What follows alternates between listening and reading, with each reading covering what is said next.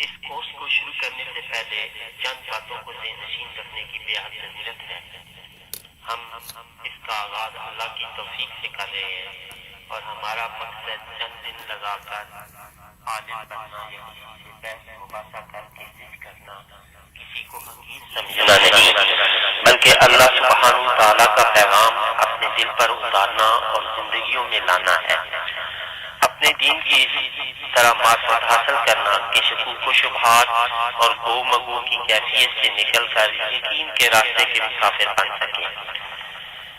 دین میں جو غیر ضروری رسم و رواج افراط و تفریح کے معیار بن گئے ہیں، تعصب کی اینک اتار کر اصل دین تک رسائی حاصل کرنا۔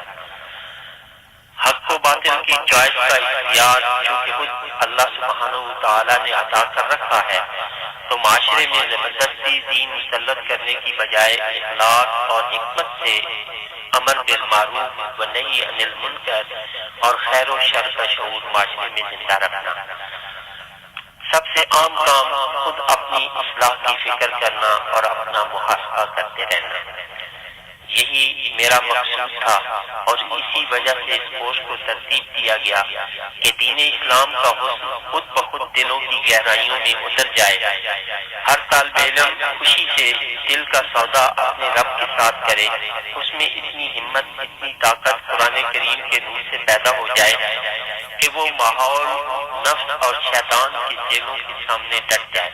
اس لیے یاد رکھنے کی بات یہ ہے کہ انبیاء کا نصف العین ہی ہمارا نصف العین ہے، کہ خود کو بدلنا ہے، اوروں تک پہنچا دینا ہے۔ اس کورس میں 3 بنیادی چیزیں ہم پڑھیں گے۔ بنیادی اخلاق جن کو قرآن کریم عمل صالح کا نام دیتا ہے، ایمان اور اس کے دلائل۔ تیسری چیز شریعت کے وہ معاملات جس میں انسان توازن بگاڑ سکتا ہے، ان معاملات کو شریعت کی تعلیمات کی روشنی میں پڑھیں گے۔ اب میں آپ کے سامنے قرآن کا مختصر تعارف، خصوصیات، اس کی ترتیب و تنظیم اور اس کے اعجاز کے متعلق مختصر گفتگو کروں گا۔ اس کی تفصیلات آپ کو علوم القرآن کتاب میں مل سکتی ہیں۔ قرآن مجید کو اللہ سبحانہ وتعالیٰ نے 23 سال کے عرصے میں نبی کریم صلی اللہ علیہ وآلہ وسلم پر تھوڑا تھوڑا کر کے نازل فرمایا۔ قرآن کا لفظ خالص عربی زبان کا لفظ ہے۔ یہ لفظ قرأ یقرأ سے نکلا ہے کہ معنی پڑھنے کے ہیں، اور فولان کے وزن پر ہونے کی وجہ سے دوام اور تسلسل پر دلالت کرتا ہے۔ اس لیے اس سے مراد بار بار اور مسلسل پڑھی جانے والی کتاب۔ دنیا میں کوئی کتاب اتنے تواتر اور تسلسل سے نہیں پڑھی جاتی جتنا کہ قرآن مجید ہے۔ قرآن مجید کے تعارف کی مزید تفصیل بھی ہمیں قرآن خود فراہم کرتا ہے۔ قرآن مجید کی مختلف آیات سے اس کے مختلف ناموں کا پتہ چلتا ہے، اور کسی چیز کے نام زیادہ کیوں رکھے جاتے ہیں، اس چیز کی اہمیت اور عظمت کے پیش نظر اور اس کے مقاصد تک رسائی حاصل ہوتی ہے۔ امام راضی رحمۃ اللہ علیہ نے قرآن کریم کے تقریباً 43 ناموں کا ذکر اپنی تفسیر میں کیا ہے، اور امام زرکشی نے 90 نام حرانی سے لیے ہیں۔ چند نام تبرکن ذکر کرتا ہوں: قرآن، فرقان، کتاب، ذکر، تنزیل، حدیث، موعظہ، تذکرہ، ذکرہ، بیان، خدا، شفا، حکم، حکمت، حکیم، محیمن، ہادی، نور، رحمت۔ جیسے فرمایا ذالک الکتاب لا ریب فیہ ھدی للمتقین، شہر رمضان الذی انزل فیہ القرآن۔ اس میں قرآن کے نام کا ذکر ہے۔ برہان، یا ایھا الناس قد جاءکم برہان من ربکم۔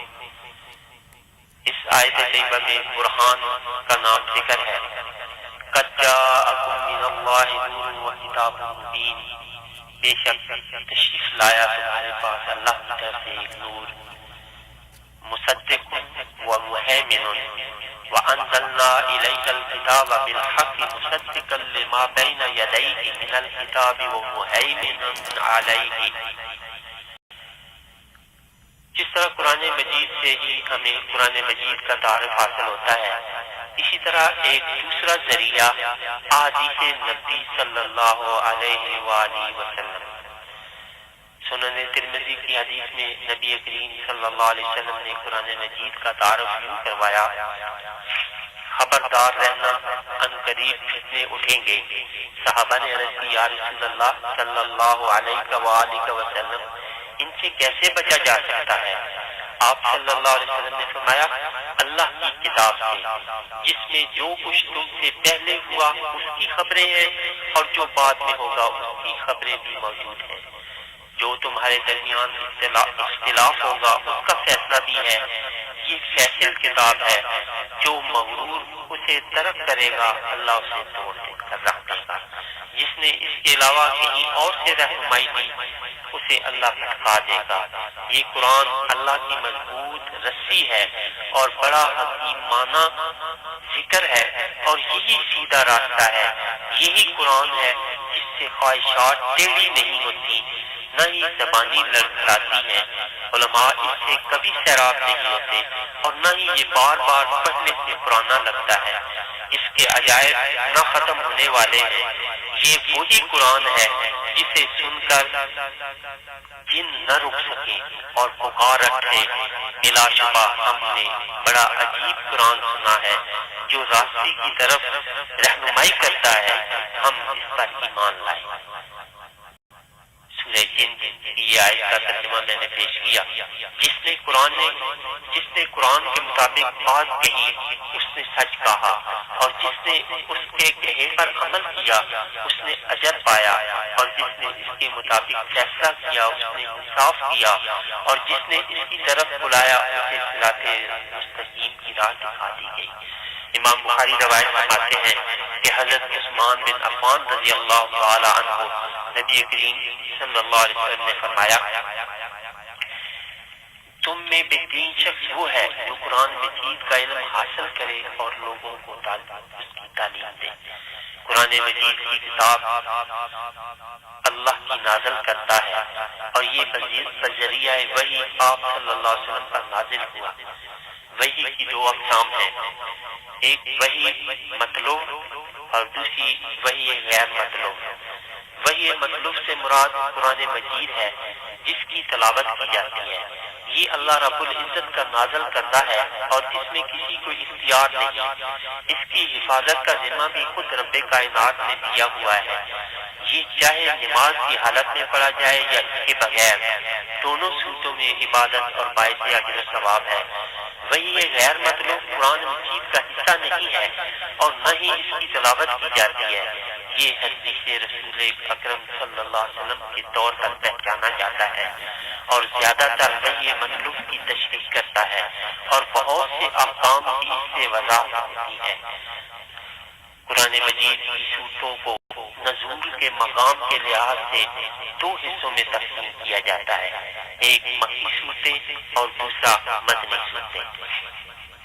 مکی صورتوں سے مراد وہ صورتیں ہیں جن کا نزول ہجرت سے پہلے ہوا، خان کا نزول مکہ مکرمہ میں ہوا ہو یا مکہ مکرمہ سے پائے، لہذا وہ آیات جو سفر معراج یا سفر ہجرت میں نازل ہوئی وہ بھی مکی ہی کہلائیں گی۔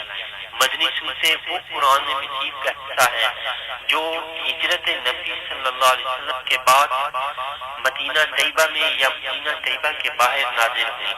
اس اعتبار سے وہ آیتیں جو حدیبیہ یا حجۃ الوداع یا فتح مکہ کے موقع پر نازل ہوئی سب مدنی کہلائیں گی۔ قرآن مجید کو خود اللہ سبحانہ وتعالیٰ نے 114 صورتوں میں تقسیم کیا۔ اس کے علاوہ قرآن مجید کو 7 منزلوں، 30 پاروں اور رکوع، احزاب اور میں تقسیم کیا گیا۔ یہ تقسیم اللہ کی طرف سے نہیں بلکہ انسانوں کی سہولت کے پیش نظر قرون وسطیٰ سے ہی جاری ہے۔ صحابہ رضوان اللہ علیہم اجمعین کا معمول تھا کہ تہجد میں تلاوت فرمایا کرتے تھے۔ اس مقصد کے لیے ان کی روز مرہ تلاوت کی ایک مقدار مقرر تھی جسے حزب یا منزل کہا جاتا تھا۔ احادیث سے ثابت ہے کہ قرآن پاک میں احزاب کی تفصیل خود نبی اکرم صلی اللہ علیہ وآلہ وسلم کیسے ہوئی. نزول قرآن کے آغاز سے ہی